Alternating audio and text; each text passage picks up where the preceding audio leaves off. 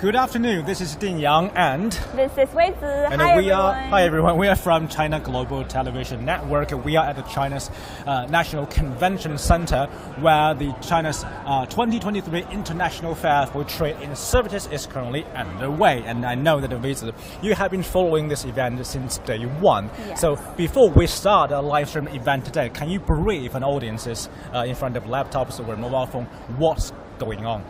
Okay, so the China International Fair for Trade and Services, or CIFTIS in short, this year we have 83 countries, regions, and international organizations taking part, and we have 2,000 companies holding offline exhibitions this year. So this is truly a really big event. Exactly. To sum it up, this basically is the place where the suppliers of the services from all over the world coming to China, trying to appeal to the local business partners and the general public, because it's day 3 already, right? Day 3, right. Yeah, so today the event is open to the general public in Beijing. So now you can see the visitors around us, they are all different backgrounds. They could be potential business interest parties, but they could also be just ordinary people trying to get a glimpse of what's going on inside. And speaking about inside, if you've been following CGTN on our coverage of the event, we call it CIFTIS, right?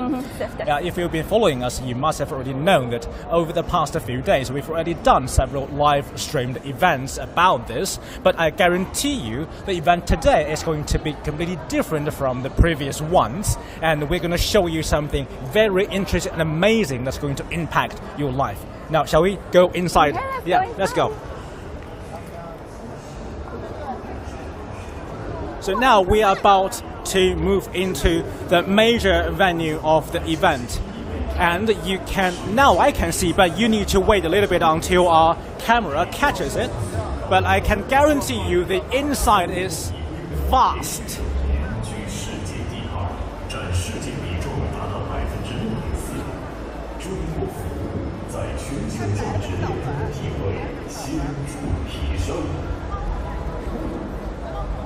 This is really impossible because it's people are all over the place. Yeah. It's impossible for us to have a very clear space. So I'm afraid we have to make do. So Wei Zi, I know that you've been covering this event here. So can you tell us a little bit about this venue? Okay, so the China National Convention Center is one of the 2 major venues of the 2023 CIFTIS, and over here we have the exhibition for different countries and also different provinces as well, so that you can experience different cultures here. Before we start today's a little tour, and basically Wei Zi and I will be your tour guides inside the CIFTIS venue, but before that, I'd like to remind you, if you find this interesting and you'd like to share this event with your friends, you can ask your friends to find us on all CGTN social media accounts, including Facebook and X, formerly known as Twitter and YouTube. But if you live in China, then you can find us on Weibo and also on WeChat's video platform. So roughly, we are going to divide today's section in today's live stream into 2 sections. During the first one, we're going to show you, they're all in my notebook, but we're going to show you some real interesting gadgets about technological revolution that changes the landscape of the service sector. And for the second section, we are going to tell you a story about globalization, but not globalization from a big word sense, but on the ground. So globalization is happening every day. And today, we're going to show you the reality on the ground. So Sounds interesting. Yeah, let's start. So the first thing, because we know that logistics is an interesting fact even inside this venue. We were struggling to trying to find a route through to the destination we want to show you. But I think the first thing that when I first came here that caught my eye is actually drones. The drone. You can hear the noise in here. And not just the drones over there. I think that is, compared to all the other gadgets we're about to show, that one is a little bit kind of traditional, conventional, I would say. Because it's used in, for example, in a construction site where you can provide light. But what I'm really interested in is the future of drones. For example, I think this is a tiny module. It looks like a helicopter. And the one here it likes fancy cars. I mean, can you imagine that one day you will be in one of these going to work? I would love to try different technology, and this sounds really cool to me. I know that both of us are not technicians and we cannot predict the future, but how long do you think that it's going to eventually show up on your streets? Well, I mean, this technology has been evolving every day and it's changing so very fast. I think maybe like in 20 or 30 years, is it too long? I think I'm slightly more optimistic than that. Okay. I remember I tried once because I think this is a model.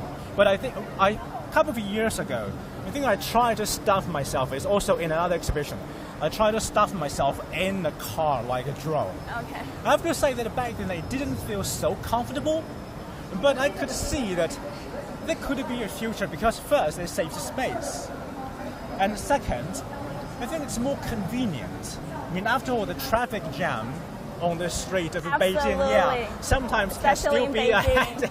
Yes. Just I'm imagine, pretty much aware. Well, just imagine if we can hire a taxi like this, throw ourselves into it, and ask it to take us, because basically it's driverless, to ask it to take us all the way to work without waiting for the traffic light to change. Maybe there will be a traffic light in the space, like someday if you have too many of this. I love you mentioned space because a lot next stop is exactly about space. Maybe not yet space travel, but I think it's going there. Okay. I mean, are you a technology nerd type of? Well, not exactly, but I would like to see how it works. I would love to learn about it. So before we go deep into learning about this, so can you tell our audiences what is the first impression of this to you? I think this is like really high-end, and this is not something I would see in a daily life, but this is looking really cool to me. I really want to know what is this on the right side. I know that you've been covering the business side of things, financial side of things, that is your expertise. So when it comes to a rocket and its design, has it ever occurred to you the cost problem? Well, I am aware that it's going to like big numbers, but I cannot like say how much exactly it costs. So when I try to find things that probably interest you and the audiences in front of the television or of the laptop, when I found this and I did a bit of homework, it actually can help to reduce the cost. Wow. Of the fuel or by means of saving the fuel and recycling the rocket. But I'm not expert. I have one to explain those for me. Hi. Can you introduce yourself? I mean Chinese. It's okay. 请介绍一下。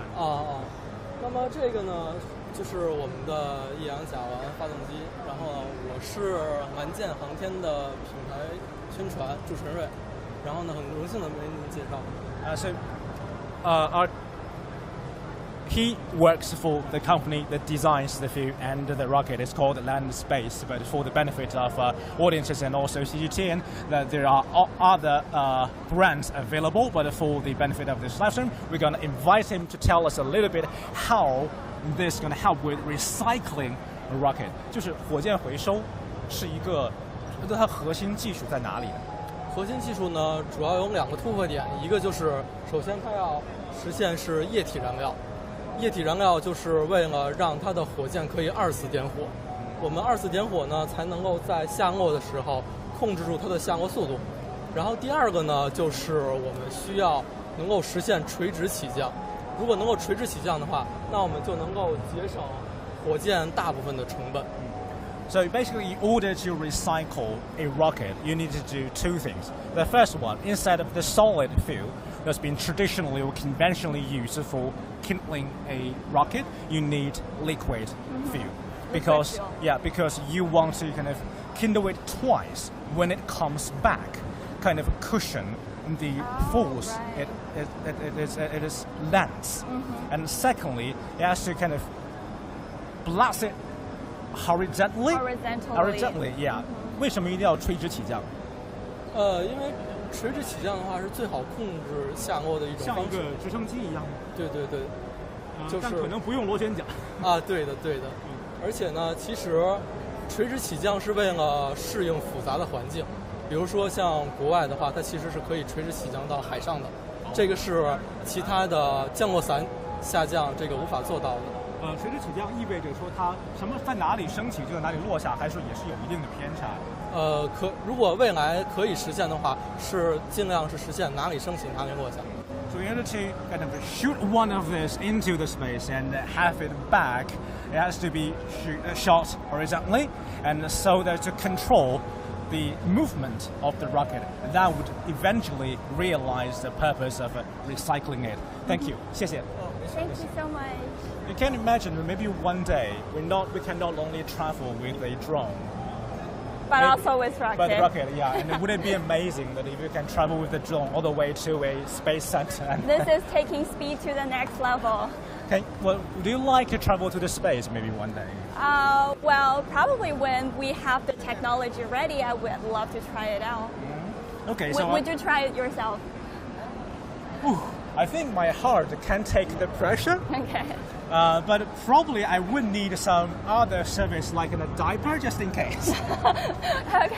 Okay, speaking of the medical services, here we come to the next spot where we have a surgical robot over here. Yeah, a couple minutes ago we were in space and now we are coming back to the ground. We're now approaching some services that's closer to your everyday life and are probably going to influence your life kind of in short term significantly.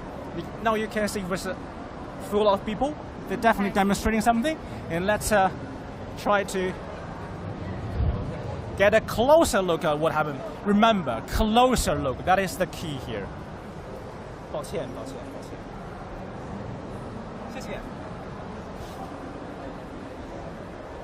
So if our cameraman can get a closer look at this first. What is it?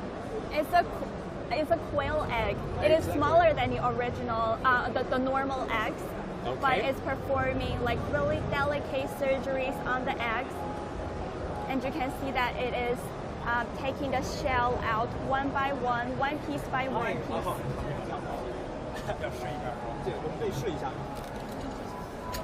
So now we like to try this. But I will volunteer.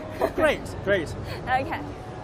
您可以指导他一下怎么使用这个仪器吗 ？Okay. So we like to try this first before we review what exactly is happening here and what is it used for.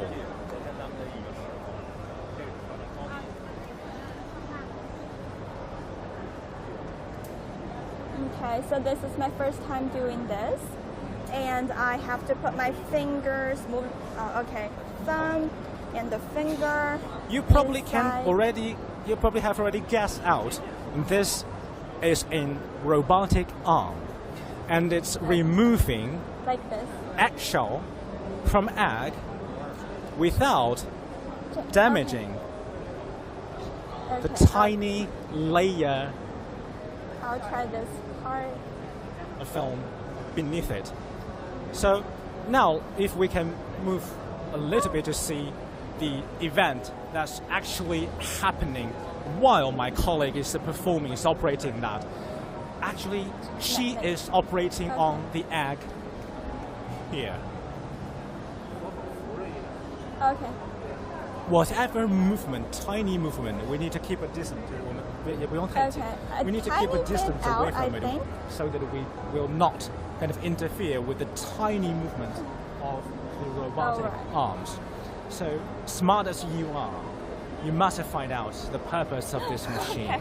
Yes, it's for surgery operation because it's so tiny, the movement is so tiny, but in the meantime it has to be extremely accurate to remove the part without damaging the healthy part of a patient's body. So basically, my colleague Wei Zi is operating over there, and imagine the patient is lying here. Okay. And this type of surgery will leave the wound or the scar on the human body as a minimum as possible. So now let's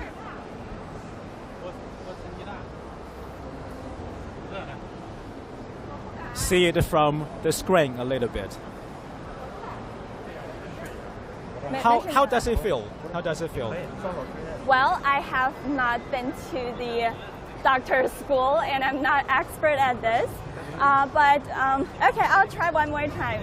Let's give it another try before we move on. Okay. It's really addictive.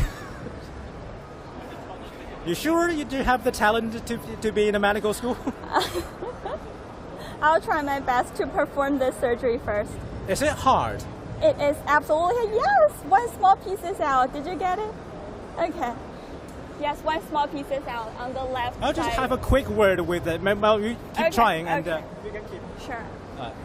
Just a few words with the technician behind the design. Just a few questions， 就是几个简单的问题。将来可以用在哪些场景里？我们这个的话可以运用于泌尿外科、妇科、骨外科以及即将开展的胸外科。主要是用于外科手术，对不对？是的。它能解决哪一些问题？以前的传统手术不能够完全解决的。像我们这个的话，可以做一些前列腺癌的根治术啊，因为它这个有一些术式可能时长比较长，然后医生他的这个操作他需要一直站立，可能这个时间呀或者他的体力是一种消耗。这个是不是我们常规理解的微创手术的一种？是的，我们这个仅需要一个2.5到4厘米的孔洞就可以完成一些4级难度的手术。一个医生他需要培训多久才能够使用这个机器？我们这个大概3个月到6个月之间的培训就可以。对，但他首先必须要有一个医疗的这个。对，他肯定需要有这个医学背景，需要有一定的经验。好的，谢谢。So basically, let me translate a little bit. In order to harness, in order to use this, you need to be first go to a medical school. Okay, and first things first. Yeah, after training, then you need to train for this for another half a year. And then you can use this machine, these robotic arms, to perform certain surgeries. I'm not quite sure my medical vocabulary can cover all those professional terms. But basically, you can use this robotic arm for certain cancer, to remove a certain cancer, but for the moment not all of them, because I think it has to be designed according to the body parts to adapt itself, its movement, the robotics movement inside a patient's bodies. Yeah. I think that's why for the moment you cannot have the robotics arm once for all. For the moment I think that's not possible yet, but because this place is full of wonders, I mean, who knows what's going to happen next But year. It's already a big technology, yes. Advancement. Yeah, the technician just told me that it only leaves a scar or mark on the skin about 2 to 4 cell meters. I mean, wow. I think that is a very tiny one. And you know that the smaller the scar is, the quicker you heal. Yes. Okay. So now, what is our next stop? Our next stop, we're going to take you to the Country of Honor, UK, and they're having the biggest ever exhibition this year. And let me take you over here to the Great Britain's pavilion here. Okay, so this is the Tower Bridge over here. So for most of you have seen the pictures of London, or you've been to the country before, you must have seen this. This is the Tower Bridge, the most iconic signature for UK. And this is actually made by recyclable materials. Okay, so... I remember I saw the real thing in London, but I never got this closer. All right. Okay. Yeah, and this can actually lift up. They have a lifting up ceremony at the first day of the beginning. Too bad that we do have a boat with us or a ship with us. Otherwise, we could ask them to lift it up just for us. But no worries. We're going to show something else inside this pavilion. And we next have Beatles. I think we're going to probably show you, if you're a music fan, probably one of the most iconic bands in the world. Yes. I mean, now let's find an angle for the camera to reveal the mystery. So the Beatles. So the UK Pavilion absolutely brings the Abbey Road to Beijing, and this is where the famous cover photo is shot. You have, and you can also take a picture of yourself in here. So I'll try to recreate it, but I'm show you the pose. Ding will show you the pose. I think that's why I'm not an artist. You should go. I can do it with you, so we can. Do you think they took that photo while they were moving, or actually they posed for it? Okay, it's so difficult to hold like this. Yeah, maybe this is moving a little bit. Yes, like this. Yeah. So I guess the point of the government of the UK would like to show you Beatles is because it's a cultural icon of the 1960s. Yeah. But I think I have another interpretation of this culture phenomenon, we could say, back in the 1970s and 1960s. I think Beatles is also a music phenomenon that had its glory because of the new technology, which back then was television. Oh, all right. I didn't know that. Because I think the Beatles live gig was one of the very first events televised globally. Okay. And then that's when the transmission of the television signals was going to cover all over the world, and wow. that's partially contributed to the fame of the Beatles. I'm not saying that the Beatles would not be a huge cultural phenomenon without television. I'm just saying that the television definitely helped with it. So I guess that technology is absolutely shaping every part of our lives, and it is changing so quickly. And next we will be taking you to the AR and XR exhibition, which is performed by a British company. You know, when we talked about cultural icon, remember this is a country pavilion, and different countries only bring here the pride, the crown jewel, the thing that they're the most proud about here. And one of that for the UK, for the guest country of honor here, is the football. Okay. Yes. No matter what you like to say about the British men's football, the women's football definitely achieved something really, really big over the past few years. So let's see the combination of football with the high technology, what's going to be created off that. So, hi, man.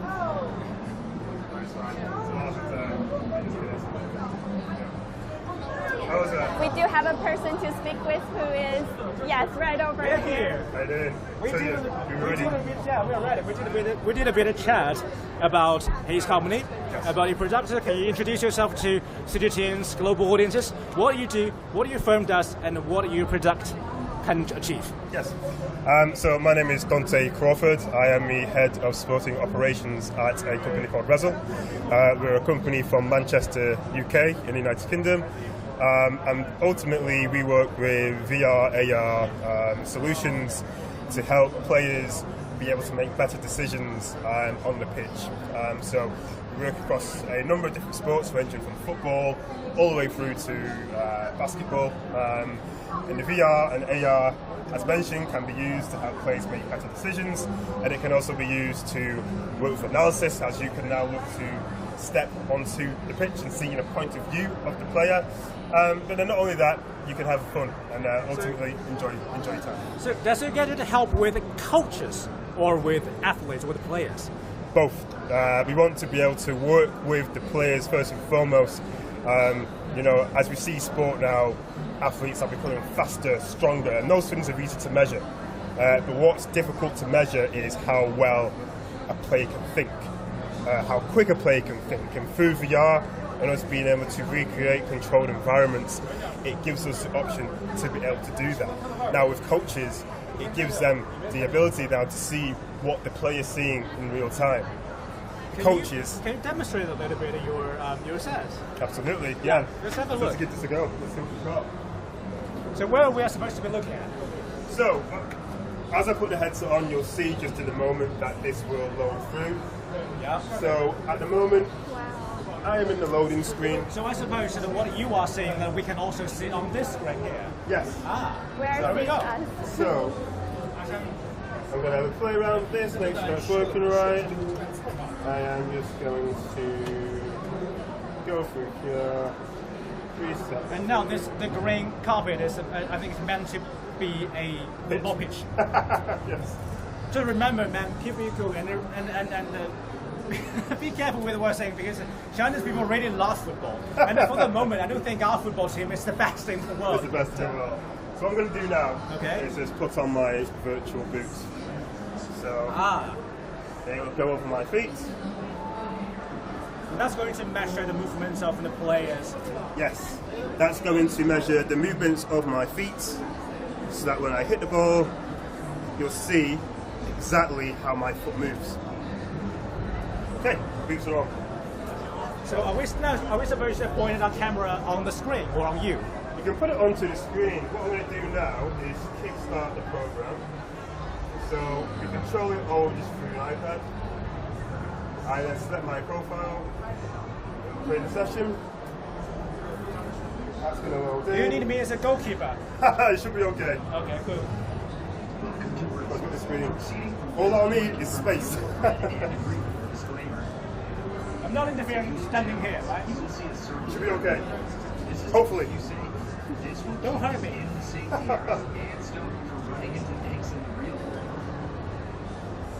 Let's kick it. So now you can see my boots. Yeah. And now I'm on the pitch. Oh, okay? wow. So I'm all around. Nice sunny sky. Is that Trafford? That is the Etihad Stadium. It's Manchester City. So you can see the city blue all around Manchester, where we're from. Okay. You're a City fan or a United fan? I'm an United fan. Thank God I didn't say anything stupid. I missed. You missed it. Exactly like a Man United would do. There you go. I'm missing it. I think we get the gist. But can I ask you a simple question? Yes. Because It's a goal. If you want to kind of tailor it to measure the performance of the players, it's supposed to be measured against something. What is that something? So what we look to do is we look to measure against baselines. So the player will go into a test. Yeah. We have a test, a series of exercises. Okay. The player will then get a set of scores. Those players then will then go into a database that is usually their team. And then the players will then go for another test. So then in 6 weeks, for example, from the original test, the players will work on what they need to work on, their improvements, their decision making, their awareness, their scanning, their processing skills, and then they'll go back in. And it's designed to make the player think. It's designed to make the player know where their weaknesses are. But do you think they need to kind of gather the data first from all the top players in the world in order to kind of formulate a measurement database? Well, the beauty of our database is that every single player that we put into the system is in that one database. Obviously, you may not be able to know exactly who that player is, but you'll be able to see a list of top players and the players that are probably at a professional or an amateur level. The benefit of that is, dependent on what your kind of ability is, you can be someone that wants to try football for the first time, and you can try it, and you can ultimately straight away see the top player. Now, we've put through this system the likes of Thierry Henry, Cesc Fabregas, Mikel Antonio. So when you see their scores, they're going to be at the top. So when you're trying that, you're trying to compete against the top. We would love to see the Chinese national football team compete with Manchester United. Thanks, Matt. Thanks, Matt. That's a pleasure. That's an interesting demonstration. Thanks. Thank you. Thank you. Yeah, glad to see that there's one glimpse of a hope for that football team. Maybe one day they can use this to train themselves. Okay. So what is our next stop? So the next stop, we have the Korean pavilion right over here.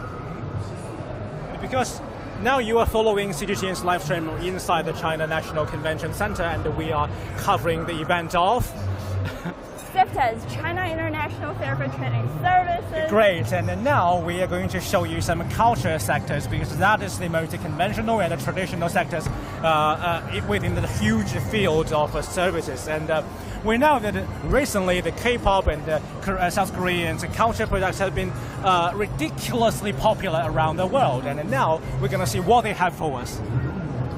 Hi. Apparently now it's time to dress up. 我们可以换一下衣服。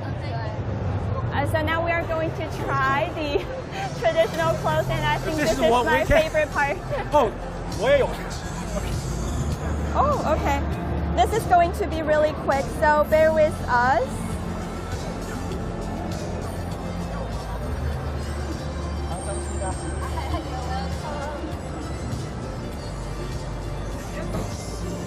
Well, you should bear in mind, and this is an international event. It's all about globalization. And something that is a traditional, if it's a traditional valuable treasure, it can also find a way to be a global phenomenon. And I believe that this is the idea that here in the South Korean pavilion, they're trying to tell us this story, like from a tradition to popular culture. And I think by doing the popularization and modernization, you can do both preserving traditions and also you can kind of catch up with the global trends. How do you feel now? I think this is looking very beautiful, and we are both wearing pink today. I remember when I was small, I watched the Korean TV drama, and there were some actresses and actors dressing like this. Yeah. And that just feel not that unfamiliar, actually. Yes, because there are so many Korean dramas and also the K-pop cultures. This is also something we are accustomed with when we were younger. And I believe we just have a very quick tour around this pavilion. I mean, that's going to tell you... Can I wear this like for the rest of my life? Well, maybe the rest of this live stream. Maybe. In here, okay. So basically, this is the place that shows you the purpose of this fair. It's called a fair. So all the producers and all the business people, the suppliers, the services, for example, the goods like this, they're going to come here to China. They're going to find interested parties. And in the meantime, they're going to see the reactions from the general visitors, from the general public in China, and you see if they are interested. If they are, well, we're in business. And China is absolutely a really big market. We have 1.4 billion people, and if the items are really popular in here, they can absolutely do really good business with us. I mean, that's true, that's true. Because now we're on time, so we have to unfortunately take off this clothes.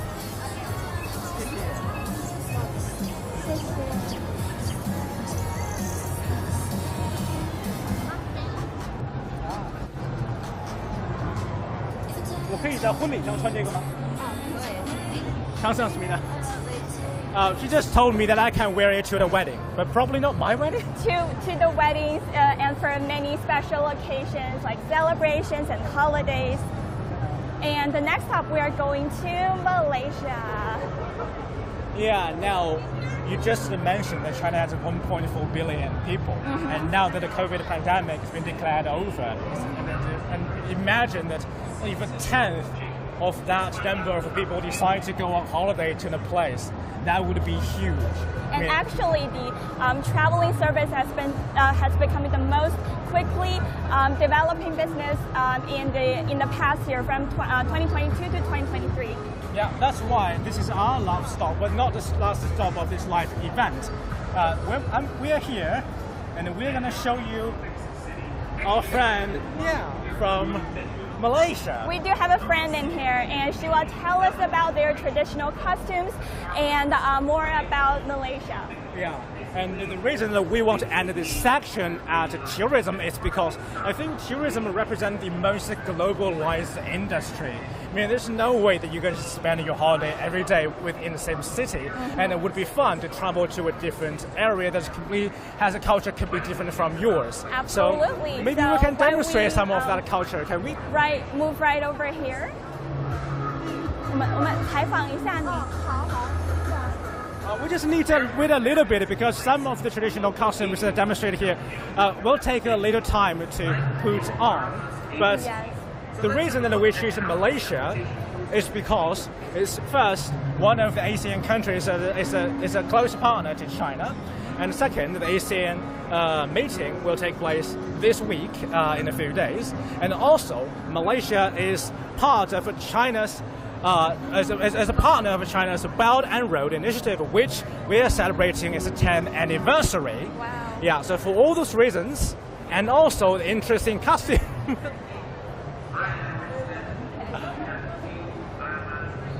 The costume is looking It's so okay. beautiful. I think this would be enough for our camera.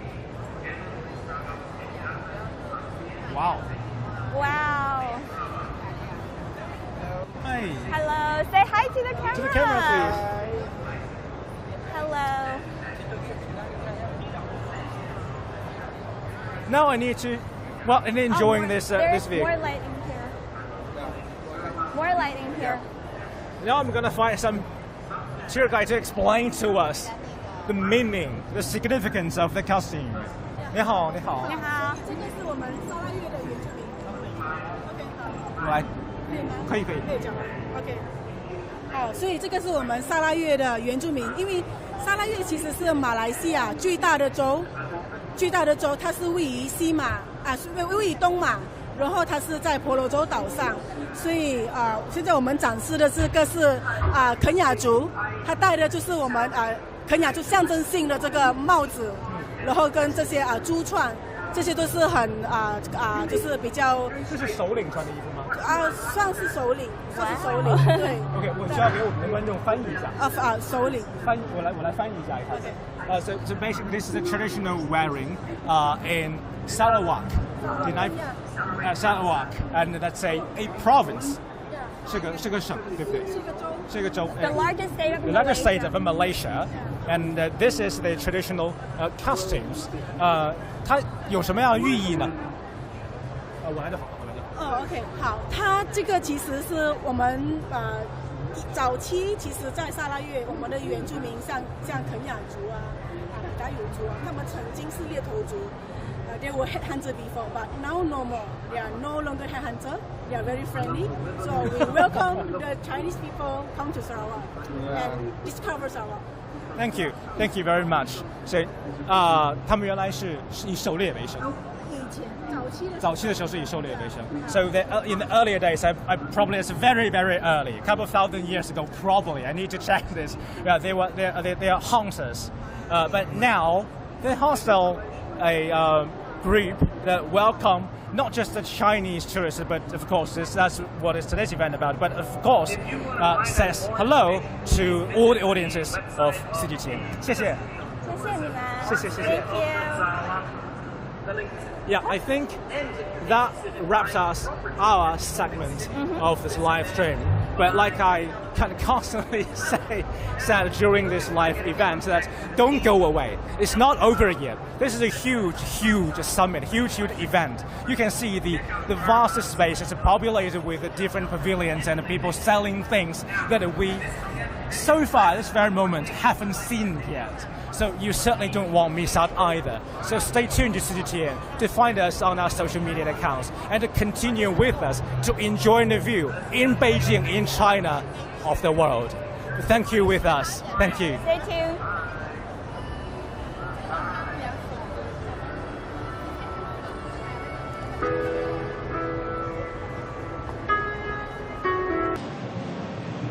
Hi, good afternoon everyone. We are now doing a special live stream on CGTN. Welcome.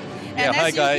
you can see, we are inside of the venue, actually on the other side, because you have just seen my colleague taking you to the Malaysian venue. And now we're on the other side. This is Min Rui speaking here, and my colleague. Guys, hi, my name is Konstantin Shepin. I'm from CGTN Russian service. So we keep on browsing. We continue browsing through the national pavilions at CIFTIS. I would like to remind that there are more than 50 countries of the world being presented at CIFTIS, each with its unique history, unique culture, unique products and services. So browsing through these pavilions is like, going on the world tour without actually living Beijing. Yes. A lot of fun. So what will we have here? We're now standing in front of the Iranian pavilion actually, and they're showcasing a lot of their artifacts over here.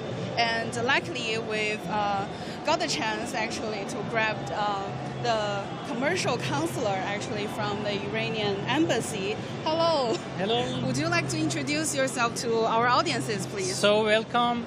You can hold the microphone. Okay, thank you so much. Thank you. So welcome.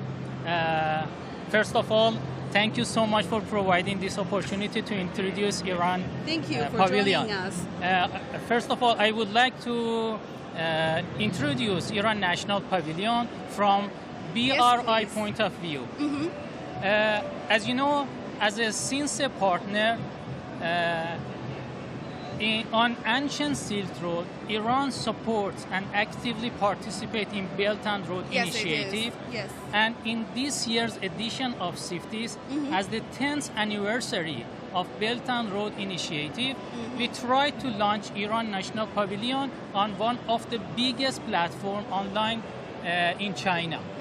And we are trying to promote Iranian products through online channel. And to start, we introduce our product. Yes, actually, I have my eyes on these beautiful artifacts over here. Could you please introduce these for us, please? Sure. Actually, this is a handicraft which is called turquoise handicraft. In Persian, we called it firuze. Firuze. And firuze in Persian means victory. Victory. Yeah, and Iran is one of the richest resource mining in turquoise, and it backs to 6,000 years ago. In Iranian culture, when you have turquoise in your home, it means you are facing with victory. Wow, that's fantastic. Yeah. So is this this is actually your third year at the CIFTIS, right? Yeah, it is. What is the difference from last year? To be honest, CIFTIS is trying to promote high quality products to China, and it's getting better and better each year. And also we are trying to follow this policy from China. And So- here we have saffron. Yes, other than the beautiful artifacts we've just seen, we've also have you're presenting, highlighting the saffrons over here. yeah. I know that saffron is actually a popular hit among Chinese visitors. Actually, just Exactly. now we've witnessed like a dozen of people circling this booth. Exactly. Let me introduce Persian spice to you. Iran and saffron. Can I show this to the I camera will show first, you. please? I can show you. Iran and saffron are uniquely linked together. We are producing, actually Iran harvests around 90% of production world. Of saffron, 90%. And this is the most expensive spice in the world. And I would like to explain why this is the most expensive. Okay. Why this is most expensive. And you know, to have 1 kg saffron, you should have more than 150,000 flowers. Wow. And So look you here. pick- Look okay. here. This is the flower of saffron. Okay. And for 1 kg, you need more than 150,000. Oh. Yeah, that's why it's very expensive. It is. And it's very good for your health, for your skin, for your sightseeing, Yes, improve your I've heard there mood. are many benefits for health-wise. And also I know that a lot of the Chinese consumers actually drink saffron for special reasons, and especially when they are going to be on highland. So saffron is actually one of the highlights you're showcasing here, right? Yeah. How about the rest? Can I introduce these to our audiences, please? Yeah, this is enameling handicraft, which is called in Persian Minakari. Minakari. What does that mean? in Mina English? means blue sky. Blue sky. That's and beautiful. also it's related to Minu, and Minu in Persian means heaven. Even. Oh. When you look at this handicraft, it is forward you to eternity. Oh, so the So when you look at mesmerizing this pattern one, it means actually. comes from sky. So it's not just a piece of pottery, it represents a very deep philosophy. Exactly. Quite interesting, amazing. Exactly. Wow, Yeah. thank you so much. No problem. Okay, My thank pleasure. you. Thank you so much for introducing Yes. the expo. Seeing saffron Thank over you. there is indeed great. I want to tell it's Thank you, Mr. especially Ali. Thank See you. you later. Thank you so much. Bye-bye. You know, as about saffron, I've heard it's especially popular amongst Chinese girls. Yes. My wife personally, you know, buys it in quite a huge amounts. And yeah, is it good? It's good for skin. I think it's all in all good for womanly health, right? I think it has other health benefits, but I'm not sure. I have to do my research deeper to speak on that. All right, well, next thing... thing... actually showcasing a lot of the products and actually a lot of the services products here. Indeed. One of the highlights for Georgia, as we walk into the Georgian pavilion here, they're actually promoting tourism and also their wine. And he's our good friend George from Georgia. We can see that the main topic this time is Georgia, the cradle of wine. Indeed, we can see a lot of amazing wines over here. For example, the well-known pottery wine of Georgia. It looks amazing, it tastes amazing, but George here, he gave me a little life hack. He said that basically the pottery is good for serving the wine, but not for keeping it for a long time. If you talk about keeping it for a long time, well, of course... George, I've heard, the wine history in Georgia actually have like more than 8,000 years, is that correct? Yeah, Georgia has 8,000 years old history making wine.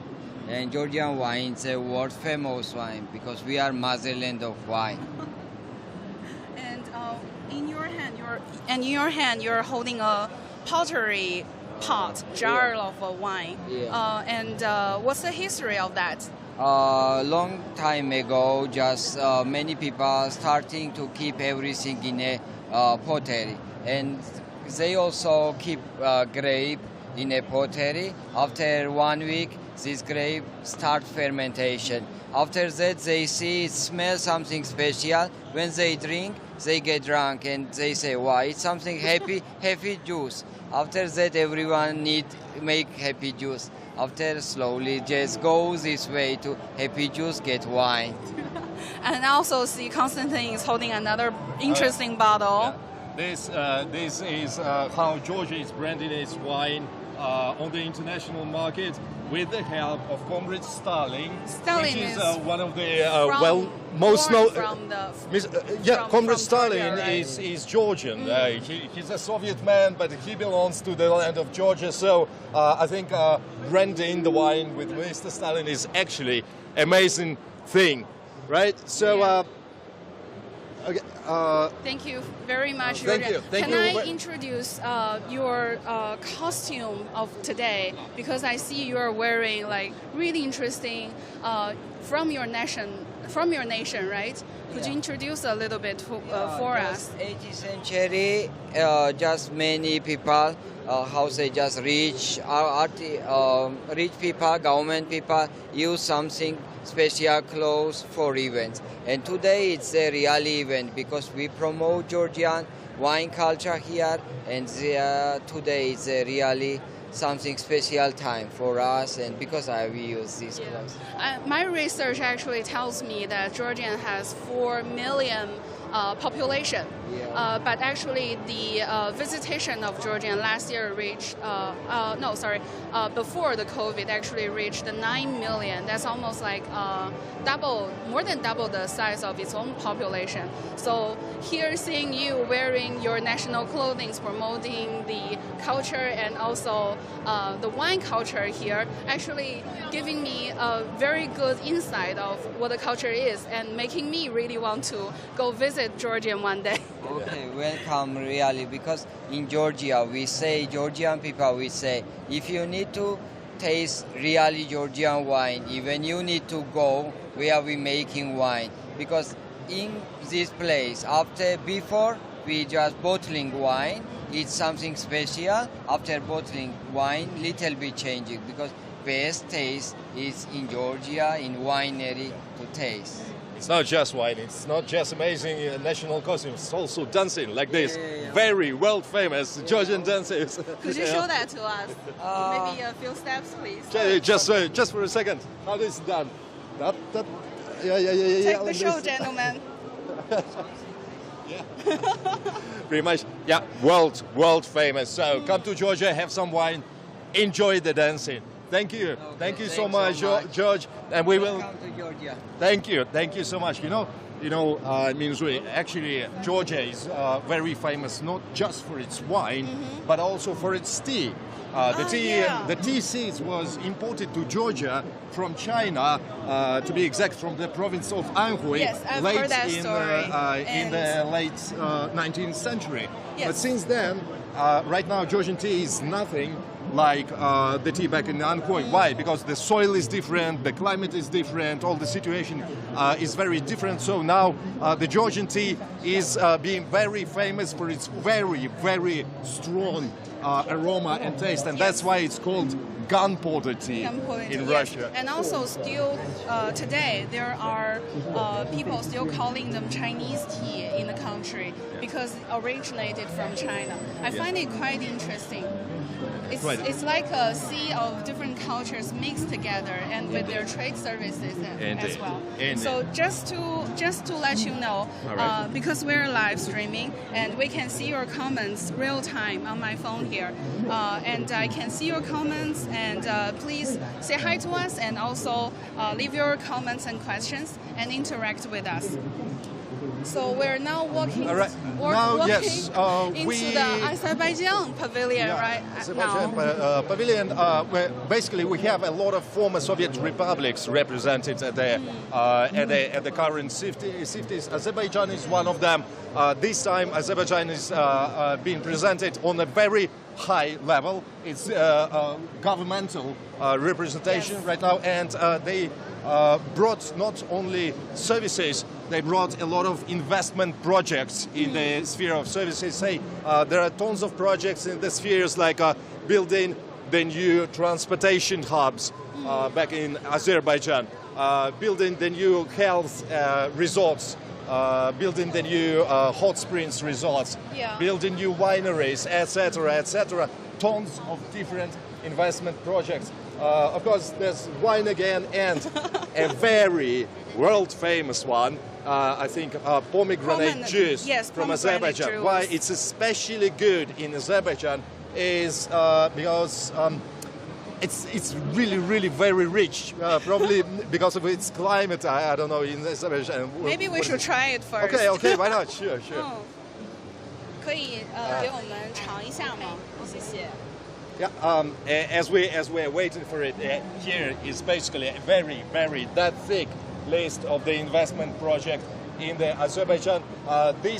During the CIFTIS, there basically was a separate talks on the investment cooperation, and a separate representative house of Azerbaijan was opened up in Beijing. So there is an obvious very high interest from the Chinese side. The talks are ongoing right now. Actually, we were about to interview the Minister of Economy of Azerbaijan during our live show, but unfortunately he got to be overly busy. Chinese side just keeps on talking to him, so the interest is high. Yes, and actually we arranged another guest to talk about the bilateral trade and services.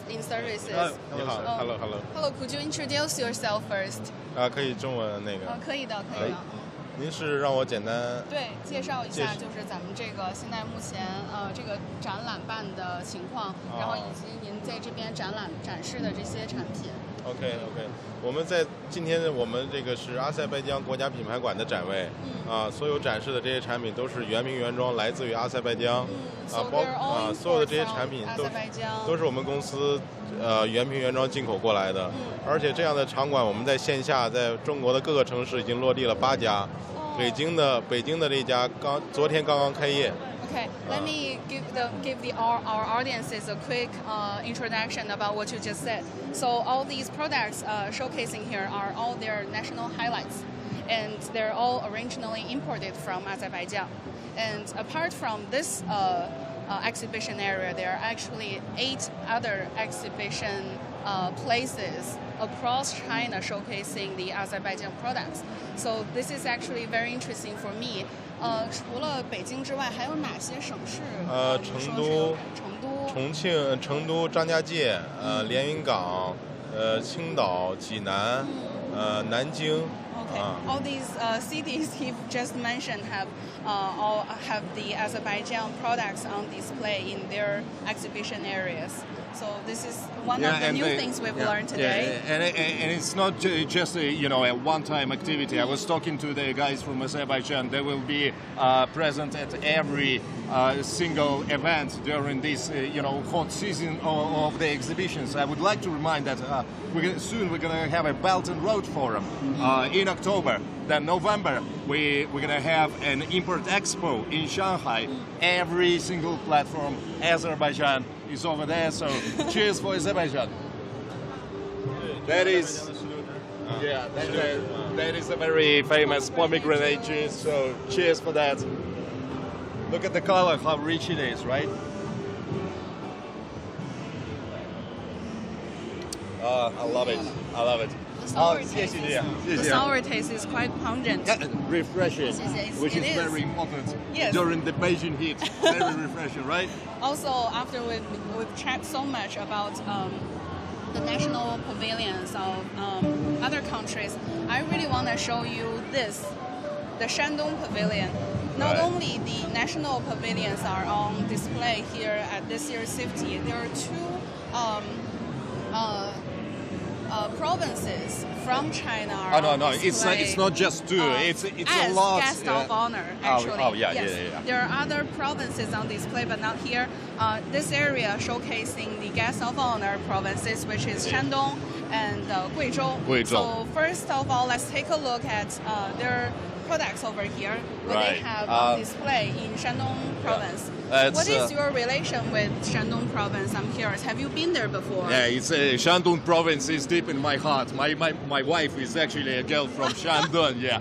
So I know quite a lot. I can talk for hours about Shandong non-stop. It's a beautiful place with a very rich culture. It is believed to be one of the cradles of the Chinese civilization. So it gave the world such great persons as, say, Confucius, etc., etc. So there's a lot to talk about culture. There's a lot to talk, for example, about porcelain. The porcelain here are actually catching my eyes. They're really beautiful. Exactly. The porcelain is very, very eye-catching, and looking at these precious products, you can't help but think also about Shandongese cuisine, which is one of the 4 major cuisine schools in China. Basically, Shandong cuisine gave birth to the imperial cuisine and to the Beijing cuisine as we know it right now. Why? Because late in Qing dynasty, almost 90% of the cooks in Beijing, they were from Shandong. So they were basically, forming the Beijing cuisine as we know it as well. If we speak about the famous dishes, I don't know, we can mention, for example, mu xu zhou. As we know, this world famous dish is actually as old as Confucius himself. They said that it was on the table of Confucius himself. Also, a lot of other provincial dishes, they actually originated in Shandong. For example, the famous Gumbao Jilin.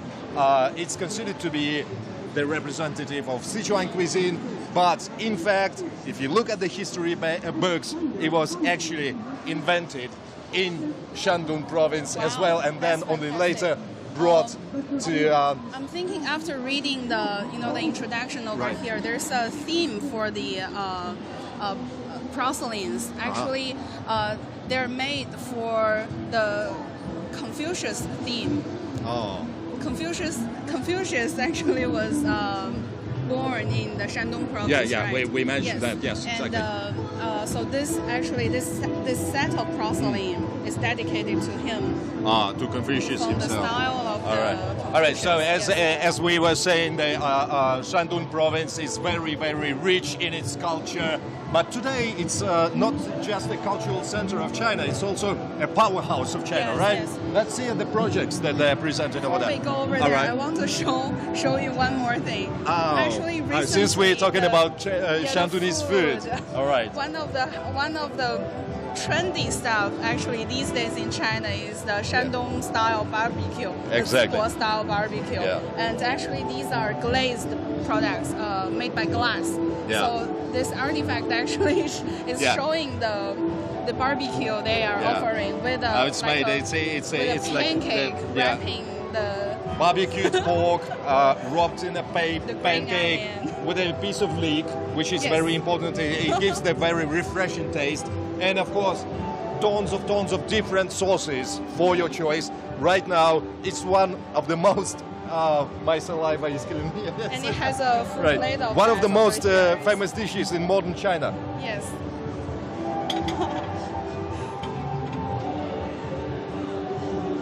What a fusion of art. All right, but back to our story about what Shandong is. It's not just great cuisine, not just great dishes, not just an ancient history. As I said, it's also a current modern powerhouse of China. So among the projects, industrial projects showcased over here is this huge sea platform for oil and gas projects. And actually Shandong does not just produce it for local consumption. These platforms, the heavy machinery for gas and oil projects are being exported worldwide.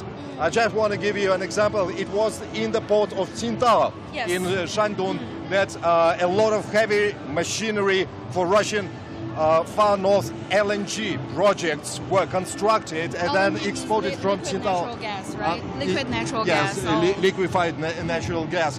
So just this proves that yes, Shandong is not only cultural but also a very important economic center of China. Wow. Because it's a coastal province, so the marine economy is really kicking in for Shandong. Yes. And the sea cucumbers of Shandong are considered to be one of the world's best ones, right? Okay, next. Cool. So that was the Shandong Pavilion we've just visited, and now we're entering to another guest of honor province, which is the province of Guizhou, the hometown of the famous Maotai liquor. You know, guys, well, Maotai is actually world famous. I think everybody knows about that or heard about that. Today, it's globally the most expensive liquor brand. Its annual income is bigger than the GDP of some Asian nations. It's actually huge, and it's getting innovative. It doesn't just produce. That's what I want to tell you about it, because nowadays a lot of the older generations they are the heavy consumer of the Maotai liquor. But for young people like those who were born after the 90s, they are not very familiar with the taste. So the company actually is now trying new things to bring in the new customers, the younger generation. Exactly, they're getting very innovative. They're going online. There's a special app for buying Maotai right now. It's called iMaotai. and of course, there's a new, very interesting product. The new product is getting overly popular. We can show it to you. It's sold out already. Already sold out. Unfortunately, we're well late. Everything is sold out. So they actually use these liquor to make ice cream. It's Maotai ice cream. But again, unfortunately, it got so overly popular that it's sold out. What Guizhou province is also known for is the FAST telescope. The FAST model on display here. FAST is actually a very popular tourist site currently during the summer vacation, especially for these parents, especially for them to bring their kids to have a look at the latest technological developments. So I've known that friends of mine actually visited the FAST, and they have actually had a visit over there.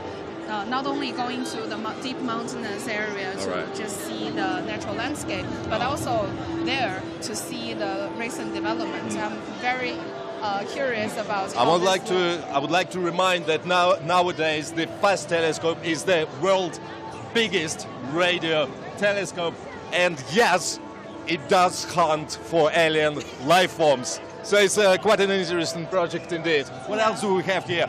Intangible cultural heritage. Very important part of the culture of the Guizhou province.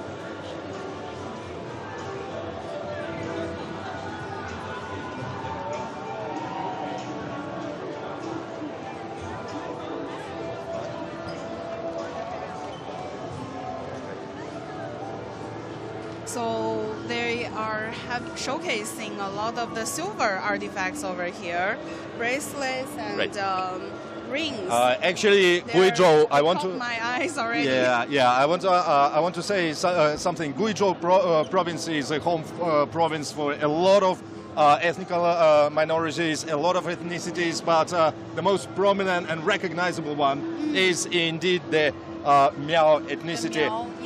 Miao ethnicity is especially famous for their silverware, all types of silverware, like these ones, mostly for amazing thing for girlies, right? I think the engraving style is quite interesting because the swallow on it actually means prosperity. And the blossom here also is a good signature, right? Yeah, exactly. And this kind of silverware, it looks amazing on the local. They do look amazing here. Local girls, it's the world famous hat. Really heavy silver hair pieces. That big and made of silver with the horns. And right? also on display here is their embroideries, and this particularly piece is actually very cute.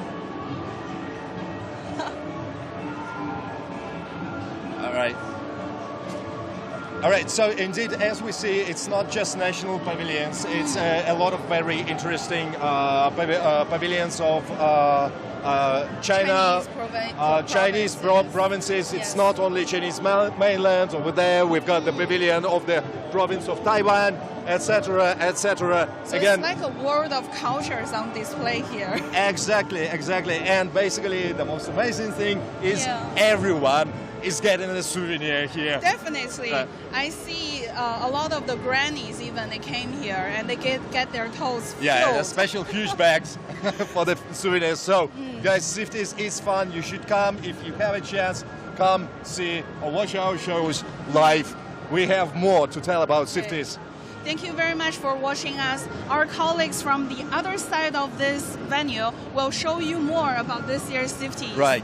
Thank you. Stay tuned. Bye-bye.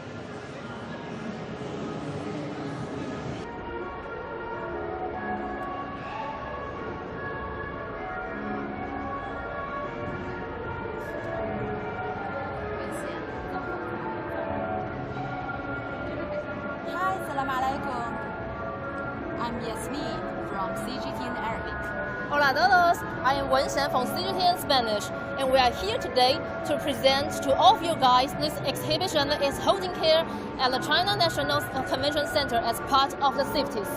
As an Arabic channel journalist, I'm so happy to see that in this fair, a lot of Arab countries has joined this fair.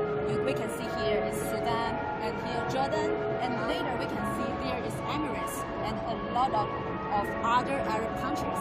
Wenxian, I want to ask you, have you ever been traveled to Jordan before? Actually, no. But I have great interest in visiting this country. Let's just get in and see what they are promoting here. Hi, 你好, hello.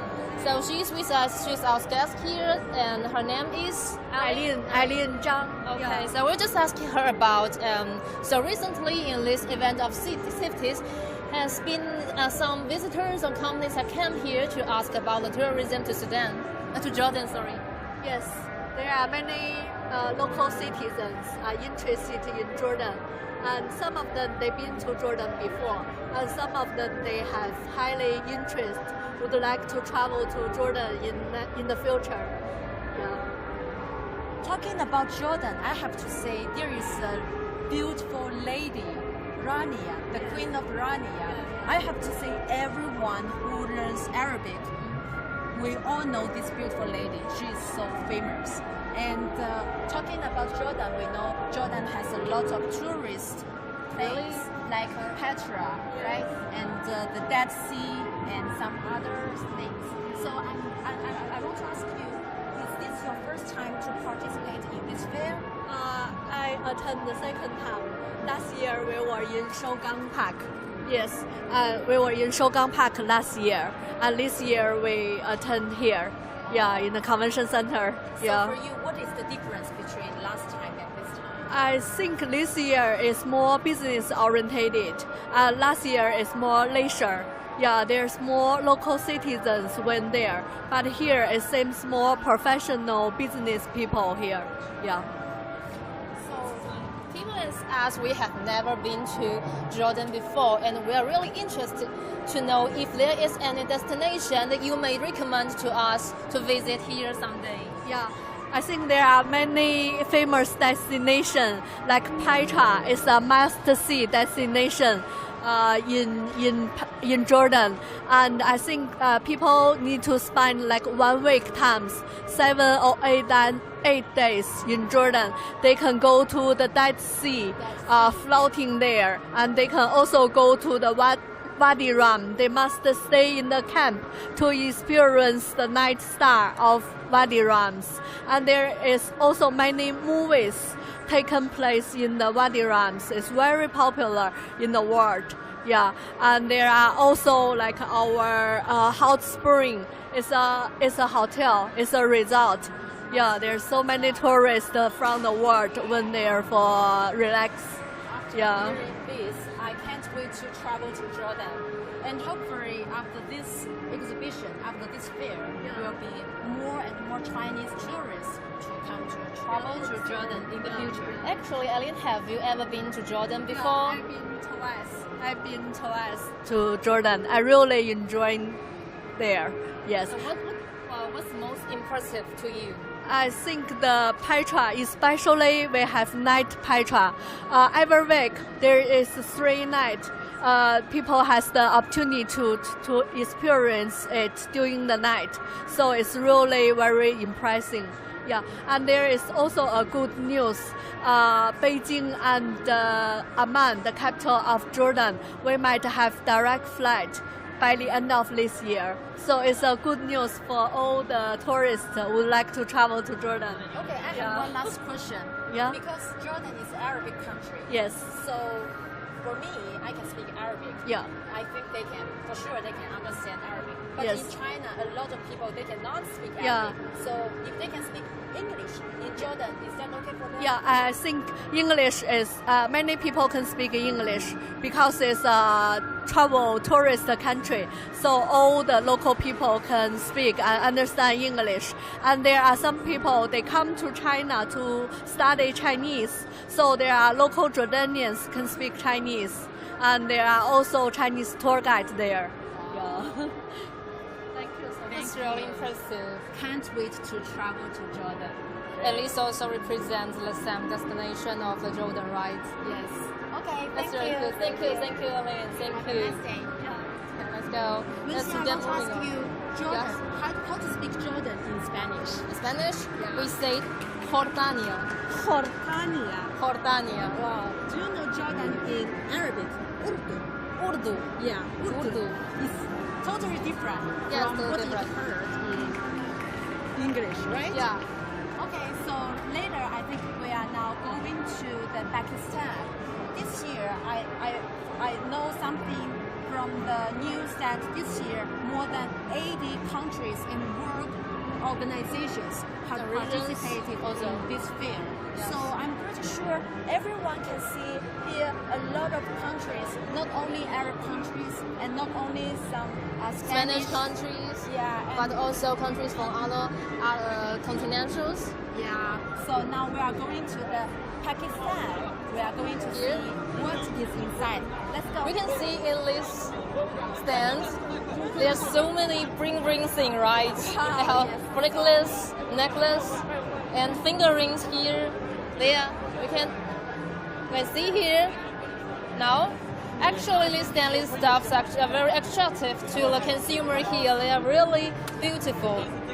Yes, and we can see that they are just. Okay, 好， Hi. 我们可以邀请您加入我们的直播吗 You can speak English? Yeah, we can.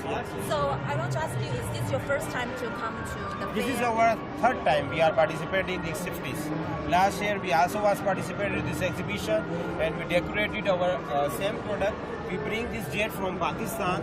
We also have some raw material of which is from Pakistan, and some of goods in our material we are producing for special Chinese culture, according to Chinese culture. Just like this one we call is Rui Renshan in Chinese. Rui Renshan. This one is Bai Chai. This one is for good luck. Yeah. And some things we make in our country, just like this kind of flower pots we made in our country, and this kind of thing we made for special Chinese people. So you mean all these stones, all these jade are from your country? Yes, all these stones came from my country. And the factory is also in your country? Most of things we made in our country. I just told you like this kind of thing because this is Chinese culture. So Chinese people know better than us. If they will produce these things, of course they can make according to the Chinese culture. So in our stones, some things we ask from some Chinese craft people, they can make for us, and most of things we made in our country, just like this flower vase, this can drink the tea, can use for chiffon. Yeah, so these things we made in our country. And this one, I think this is Chinese culture chosen. Before it's chosen, yes. Yeah. So I'm wondering, I'm pretty sure that a lot of people have been coming to our Pakistan pavilion. Yeah. So which kind of jade they are pays more attention to? They are more Actually, Chinese people like Chinese culture things. They, as compared to flower vase, they are interested to buy this kind of Rui Renshan. They want to buy this kinds of pin and call this like a Ilu pin and the yes. So they like their country's style. So for you, what is the difference between this year's fair and last year's fair? Actually, not very big difference. Last year we also got some customer. With them we also did too much business. So this year we also hopeful next 2 days we get some good customer and we will do the business with them in future. How did you sell this? We are not concentrate on selling. If we are only selling this thing, we don't have too much stuff. We only bring some samples, we show to the customers, and then we try to get some order from them. Yeah. They are bringing some items to show their items here. I think this is what our trade fair aim to attract more international companies to here to show what they have, to let more companies to have more cooperations in the future. And actually, the products also has the presentation of the best wishes of our Chinese culture, such as this, one of Ilu Ping'an, which all one of the best way of safest way, and also this one is for Jixiang Ruyi, right? Yes. It's also a wish for all the people to have a real life. So beautiful. Thank you. Thank you so much. Thank you so much. So, okay, let's go inside. So from here, we're going to see another product of Pakistan, and it is quite famous here. Wow, they're really familiar, right? This one. Okay, with our camera, we are going to see here these products of cabinets. They are all from Pakistan, and actually we have been here before, and we'll talk to the responsible guy here, and he just talked to us about that. All of these products are 100% handmade, and besides, which piece of this stuff should be made for 3 months, right? 3 months? Yeah. 7 months is 3%, right? Yeah, this morning we have been to here, and we talked with the staff here, and they said their factory is in Pakistan, and this is all handmade. 100% handmade, right? Yeah. That's really the value of all of these products. Yes, and I have to say, Arab countries, every house, they have one to pray. Really? Yeah. Is this expensive, you think? I think, yes. I think every products in Arab countries are expensive. Especially because of it's handmade, right? Yeah, especially the it requires a lot of fabrication. Hi. So, And we can see around here a lot of people passing by this exhibition hall, and they are just showing around these products here. And actually, we have been talking to the responsible guy up here, and actually he is quite occupied here. We can see with our camera, we can see many people have come in here and ask about the products, ask about the production, and this is why this event is so important, to attract people, attract companies, attract consumers to here, to get to know what products really have these companies, international or national of China, and also bring it to our clients from China and from foreign countries. By the way, we are in the Pakistan pavilion. I have to say, a lot of people think Pakistan are Arab countries because their letters looks like the same. But actually they're not. Yes. Okay. And now I'd like to invite this person to join our live stream. Wow, these are so beautiful. Can you? I want to ask you, is this your first time to come to this fair? It's my second time coming to Huawei. Oh, this is this. So for you, what is the difference between this time and the last time? This time, more crowd. Yeah.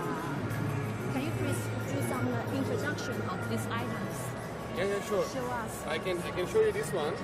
This is a Vesuvianite, a gemstone name called Vesuvianite, which is discovered in Pakistan recently, and it's a very rare gemstone of green color, and we made it in 18 karat gold with diamonds. Wow.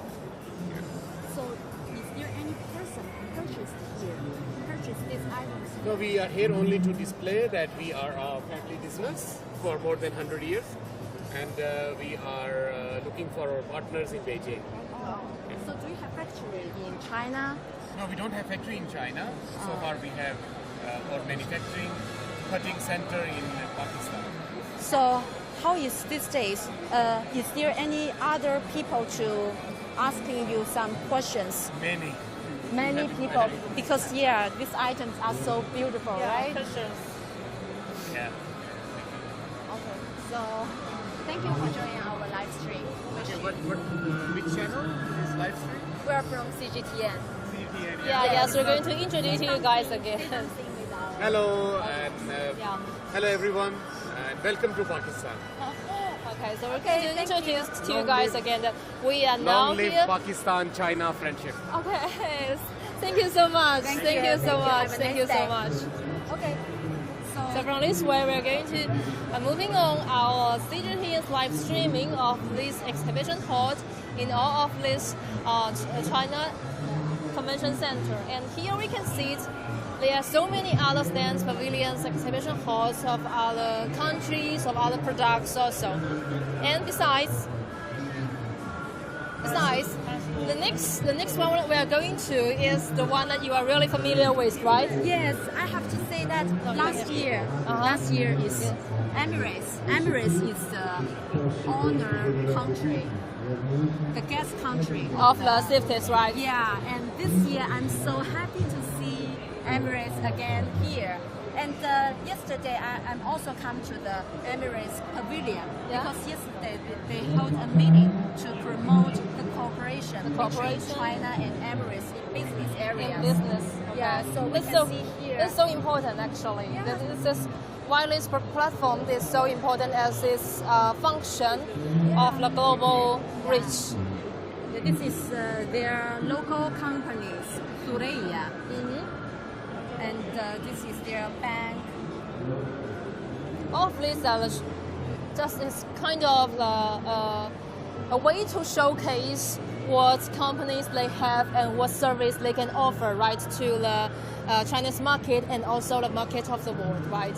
Yes, because we already know that Arab world is playing more and more important role in the world. Actually, last year we can see Qatar is holding the FIFA Cup, and I'm pretty sure that in the future there will be more and more cooperations between China and Arab countries. Of course. Yes. And I have you ever been traveled to Arab countries? Actually, no. Yeah, I do really want to do it. And there are so many other destinations that I really want to go beyond the country. But you know, we need time to explore the world and to understand the world in a better way. And I think this event here at CIFTIS really provide us with this opportunity to be able to recognize the other kinds of culture, the other kind of products just within our living land, just within our country, and also it provides this companies and other countries the opportunity to introduce their products to the clients here. By the way, if you want to travel to the Arab countries in the future, I suggest you to choose like Emirates Airlines and Etihad Airlines and Qatar Airlines. They are all 5-star airlines in the world, which you can try in the future. Okay, I'll just follow you say. So today we also have a special guest with us, and he is our economic commander of CGTN Spanish. Hello. Luis Martin. Hello, Wenxian. Hello. Hello So everybody. He was here also in this event at CIFTIS last year, right? Yes, so that's right. could you share with us some observations that you have about the differences about this year and the last year event? Is there something that really interests you? Yeah, of course. First, let me say that this is my second time in CIFTIS, and I hope it's not the last one because every time it's very, very interesting. There are a lot of things to do, a lot of things to experience, a lot of things to learn. So, about the things that is different from the last year, I would say maybe larger. Everything is larger. Yeah, of course. So first, because of when the restrictions of the pandemic are over, we have more visitors. Yeah. We have many more enterprises. Yes. More countries coming. Also, many more visitors in the show. Many more events. This morning we've been to some very important event with some diplomats and some entrepreneurs. And also, I would say that the internationalization of the fair has become larger and larger. Last year you would see many foreigners, many foreign companies, but this year you see more and more. And I think that's an interesting trend of China opening up. And we can also see many interactions between the clients, the visitors, with these stands, right? Yes. Just such as this one. This is also crowded with people, with visitors. They are just coming here and test these beautiful alpaca dolls, right? They are very famous for the Latin American world, right? Yes. We can feel it. I it's think. Very. This is really cute. Cute llama. Llamas. You can feel it's very smooth and very. And in Spanish, how do we call it in Spanish? Alpaca. Yes. Alpaca. In English is alpacadors, right? And yes, here. So here we're in the stand of Peru. Yeah, we're in the Peru stand is of a traditional guest of CIFTIS. They always come with their best products, like the llamas, the alpacas. Also, they bring some pisco, the famous liquor, some yerba mate, and some other artisanal products. Hola, señor Shen. Hola, buenas tardes. Hola. Mucho gusto, César. Hola. Es que estamos, okay, so I'm going to speak a little bit in Spanish because this is our guest who can speak Spanish. And so, estamos en un directo con nuestro canal de CGTN y también queríamos preguntar algo sobre sus productos, estos muñecos de alpaca, ¿no? Claro. ¿De dónde han sido fabricados estos muñecos? Todos estos peluches han sido fabricados en Perú. La fabricación organizada por las familias indígenas locales de Perú, sí. So yeah, the products have been made in Peru, in the families of Peru, by the local families, and this is like a source of income for them. Sí. Hasta ahora totalmente hemos trabajado con más de 50 familias. Más de 50 indígenas allá en So they have Cusco, cooperated with more than 50 artisanal families in Peru. Which do you think crees que les ha ayudado a mejorar su vida, ha aumentado el ingreso financiero para ellos? Sí, claro, porque la mayoría de los familiares de esta familia dependen de esta fabricación de peluches. Claro. Ellos ganan dinero de esta forma.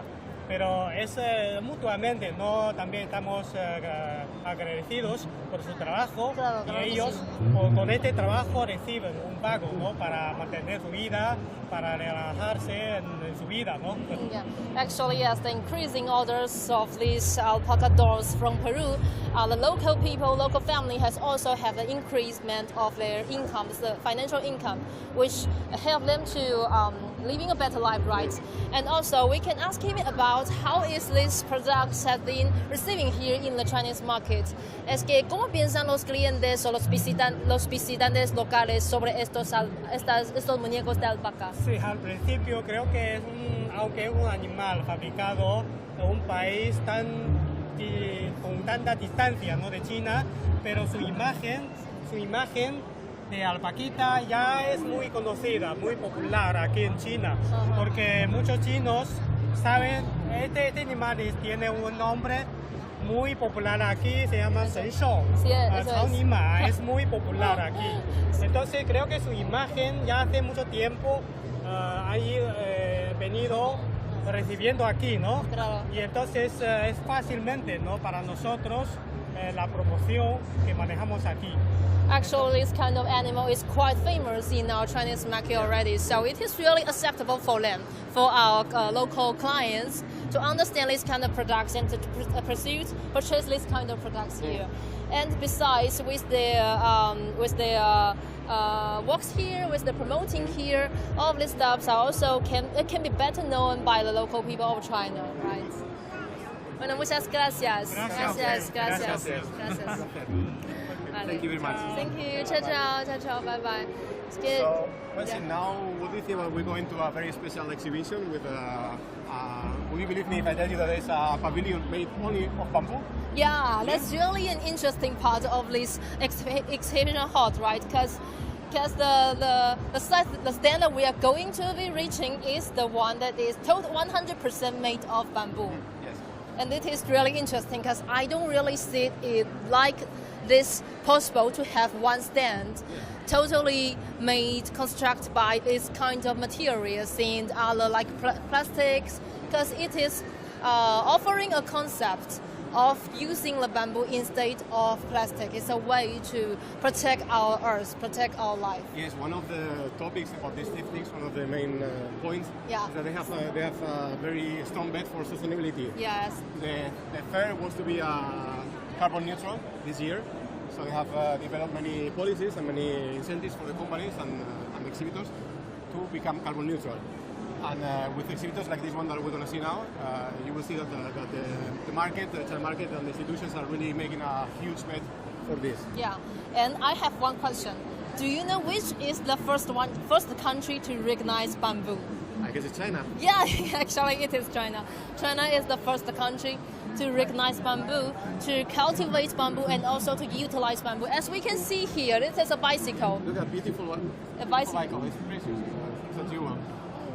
It can be used, you think? I think it can be used, but let's find it.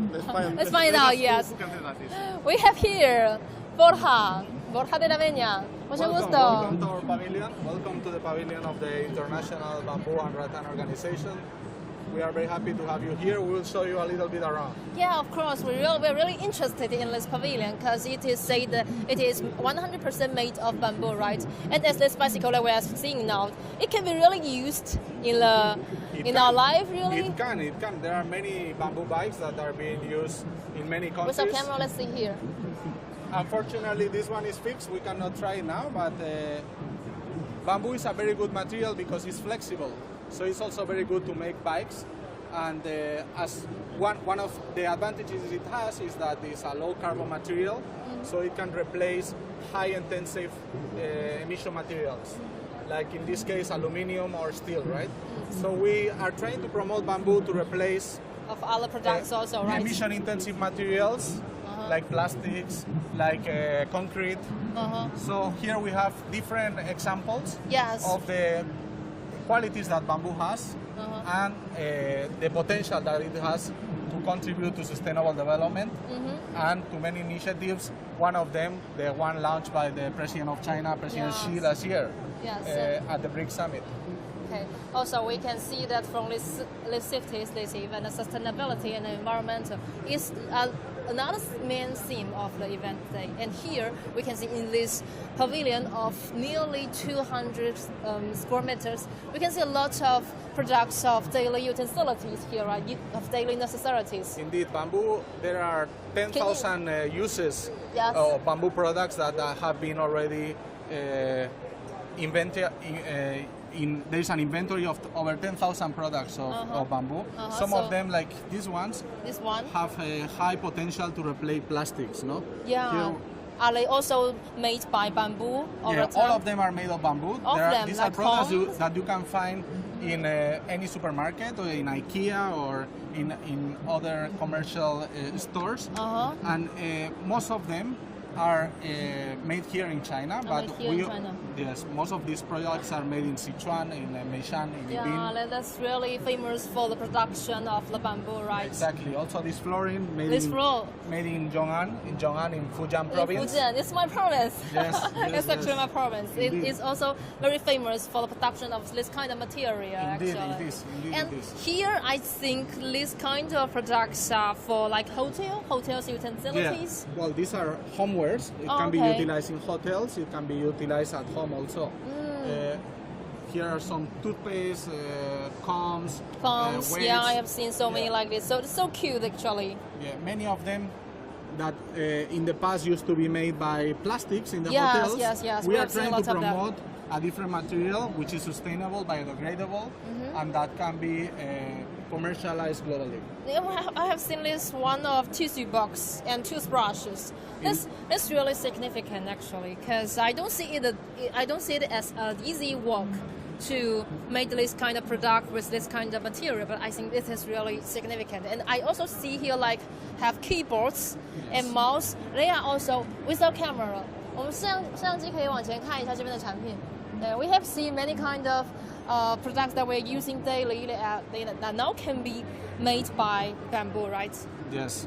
So all these products can be made of bamboo, and also they help to provide livelihoods to rural communities, not only in China but also in the global south, which is where the countries where we work. We have 50 member states, so we try to promote the bamboo industry in all our member states and help them to produce rural livelihoods, produce income, generate green jobs, and also sequester carbon dioxide from the atmosphere and contribute to the Paris Agreement. Okay. Let's actually why we said every effort matters really. We all of us should do something to improve our lifestyle, to make it more healthy, make it more sustainable for the sustainable development of the earth and also for our human beings, right? Indeed. So that's what our mission is.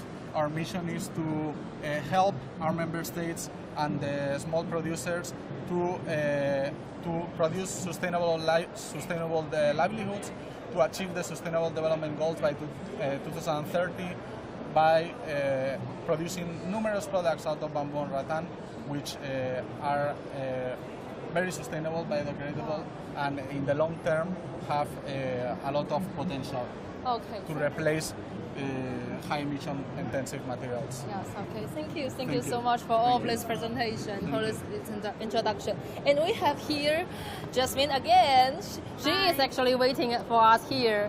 And we can see this is a table also recyclable, right? Yeah. Okay. Do you know when I'm seeing around this place, I'm thinking about one famous Chinese saying. This is saying like 人可食无肉， 不可居无主。 Yeah, that's it. So here, everywhere we can see the bamboo here, and this is what kind of environmental friendly, right? Yeah. That's just really important for the sustainable development. Yes, and you see, we can see. I cannot wait to have an experience. I'm so happy to have an experience like this, and in this fair, we just now we showed you all guys to the Jordan, to the Pakistan, to Emirates, and here and Peru, right? Yes, and besides that countries, we still have a lot of countries. Yeah. In another place, Shougang Park. The Shougang Park in Beijing. Yes. They're also holding like exhibitions of different themes where many visitors and many companies they're just being proudly there by exploring the new ideas, new trendings of all of this Chinese market is offering. Yes, and follow us in the future. CGTN will bring you all kinds of information about the CIFTIS in the future. And thank you so much for joining us for this CGTN live streaming around this trip, around this pavilion, and to recognize what kind of products that we are showing now here. And thank you so much again for keep us accompanied. Just follow up. Ciao, ciao. See you. 马斯拉吗？